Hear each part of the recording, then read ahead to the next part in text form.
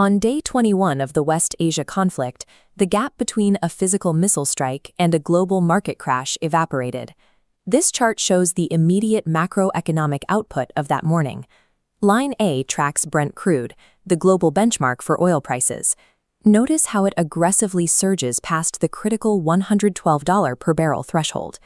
At the exact same time, look at the broader equities market. The Dow dropped to a 3-month low, and the Nasdaq plummeted over 2%. The result is this stark V-shaped bifurcation.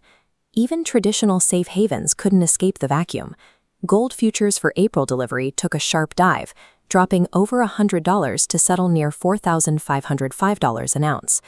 Traders were forced to liquidate their gold positions simply to cover margin calls, demands from brokers for additional capital in bleeding tech and utility sectors. Yet amid that widespread sell-off, specific energy stocks like APA Corporation spiked to 52-week highs. Investors recognized that global energy supply was suddenly highly precarious. Market divergence on this scale is the direct mathematical output of military strategy colliding with regulatory countermeasures. To understand how we arrived at this breaking point, we need to trace the shockwave backward. We will look at the U.S. Treasury's emergency bypass valves, the sudden recalibration of sovereign naval forces, and the physical drone strikes that started it all. Analysts relying on traditional forecasting models are currently flying blind because those models ignore the physical mechanics of modern decentralized warfare. The geographical origin of this energy spike is the Persian Gulf. Over a 24-hour period, the Saudi Defense Ministry reported intercepting and destroying 10 incoming drones over their eastern region. These interceptions occurred simultaneously with physical strikes on Qatar's energy infrastructure. That combined kinetic assault is the exact catalyst that drove Brent crude past $112. When you look at the sheer footprint of these Gulf energy hubs, sprawling networks of highly exposed storage tanks and refinery stacks, the structural vulnerability is obvious. Low-cost, asymmetric weapons are exceptionally effective against large, static targets. The constant threat of these swarms forces markets to bake a high-risk premium into every barrel of oil extracted from the region. Alongside infrastructure attacks, we are seeing a secondary tactical shift, a sharp increase in precision urban strikes using AI-guided munitions. While militaries claim these AI targeting algorithms minimize broader civilian casualties, they highly optimize a different metric. They drastically increase the frequency and success rate of targeted leadership assassinations.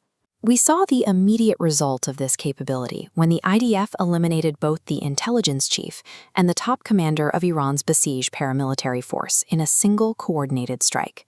Between the systematic destruction of energy refineries and the rapid decapitation of military leadership, traditional supply and demand curves are entirely decoupled from reality.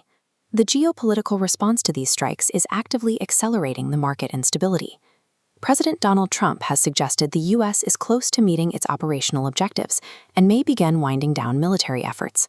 However, he explicitly ruled out a formal ceasefire, stating you don't call a truce when you are obliterating the other side. That refusal to formalize an end to hostilities is paired with an escalation in target selection. The White House is actively exploring an operation to dismantle Iran's Karg Island oil hub. Karg Island is the absolute linchpin of Iranian oil exports. Taking out this specific node would instantly sever a massive volume of crude from the global market, guaranteeing a severe escalation in the ongoing energy panic. Simultaneously, Washington is restructuring maritime security. The administration is signaling a shift toward a user-pays model, meaning the U.S. will no longer unilaterally police the Strait of Hormuz. Nations that use the strait are now expected to guard their own vessels. This forces commercial shipping to internalize the massive operational costs of private and fragmented naval security, immediately driving up baseline freight rates. The logistical scramble is already underway.